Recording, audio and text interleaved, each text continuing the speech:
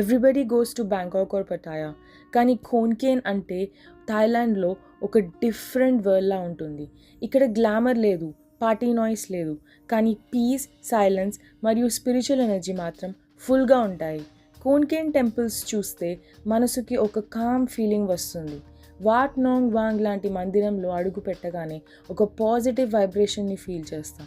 ఈ temple tall టవర్లో పైకి వెళ్ళినప్పుడు ఎంటైర్ కోన్కేన్ సిటీ వ్యూ కనిపిస్తుంది. ఆకాశం, గ్రీనరీ, సిటీ అన్నీ పర్ఫెక్ట్ బ్యాలెన్స్లో ఉంటాయి.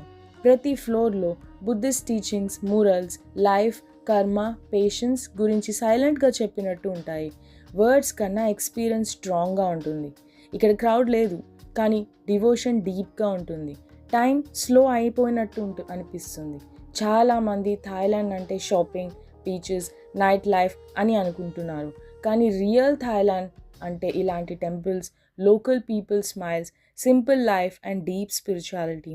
మైండ్ హెవీగా ఉన్న వాళ్ళకి, డైరెక్షన్ కావాలి అనుకున్న వాళ్ళకి కోన్కేన్ టెంపుల్స్ ఒక హీలింగ్ స్పేస్లా ఉంటాయి.